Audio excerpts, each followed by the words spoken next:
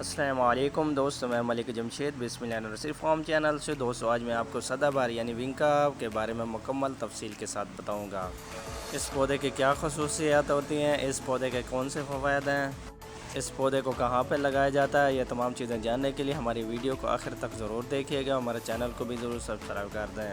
تو سٹارٹ کرتے ہیں اس ویڈیو کو۔ سدا بہار یعنی اس کو مختلف ناموں سے جانا جاتا ہے۔ انگلش میں اس پودے کو ونکا یا پریونکل بھی کہا جاتا ہے۔ اس کو سدا بہار اس لیے کہا جاتا ہے کیونکہ اس کے اوپر سارا سال پھول کھلتے ہیں اور یہ پودا سارا سال ہرا بھرا رہ جاتا ہے۔ سدا بہار یعنی ونکا ایک خوبصورت ہر موسم میں کھلنے والا پھولدار پودا ہے۔ یہ پودا اپنی خوبصورتی، آسان نگہداشت اور طبی فوائد کی وجہ سے بہت زیادہ مقبول ہے۔ اس کا سائنسی نام کیتھرانتھس روزاز ہے۔ یہ خاص طور بھارت، پاکستان، بنگلہ دیش، اب دنیا کے تقریباً ہر ملک میں آسانی کے ساتھ اگایا جاتا ہے۔ یہ پودا اپنے پھولوں کی خوبصورتی کی وجہ سے ہر جگہ لگایا جاتا ہے۔ یہ ایک جھاڑی نما پودا ہے جو کہ 1 سے 2 فٹ تک بڑھ سکتا ہے۔ اس کے پتے ہمیشہ سرسبز اور چمکدار ہوتے ہیں۔ اس کے پھولوں کے مختلف کلر ہوتے ہیں جو کہ بہت زیادہ خوبصورت نظر آتے ہیں، جو کہ آپ کو ویڈیو میں بھی آپ دیکھ سکتے ہیں۔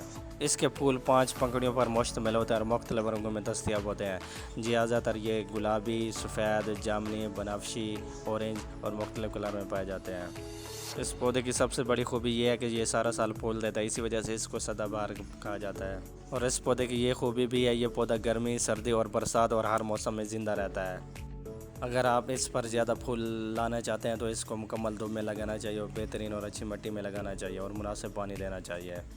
اس پودے کو ضرورت کے مطابق پانی دینا چاہیے، زیادہ پانی نہ دیں ورنہ اس کی جڑیں سڑ سکتی ہیں۔ اس پودے کو بیج اور کٹنگ دونوں طریقوں سے اگایا جا سکتا ہے۔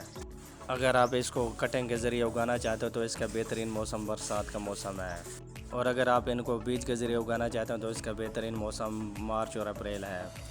سدا بہار کے بیج 10 سے 15 دن بعد اگتے ہیں۔ سدا بہار کے پودے کو طبی فوائد کے طور پر بھی استعمال کیا جاتا ہے، خاص طور پر اس کی جڑیں اور پتے روایتی طبی میں استعمال ہوتی ہیں۔ شوگر، کینسر اور ہائی بلڈ پریشر جیسے امراض کے علاج میں بعض اوقات اس سے بنی ادویات شامل کی جاتی ہیں۔ یہ پودا زہریلا ہوتا ہے، خاص طور پر اس کے پتے اور جڑیں، اس لیے بچوں اور پالتو جانوروں سے اس کو دور رکھیں۔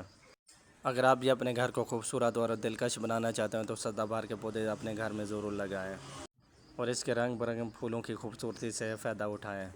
یہ ایک ماحول دوست پودا ہوتا ہے جو کہ گھر میں خوبصورتی پیدا کرتا ہے۔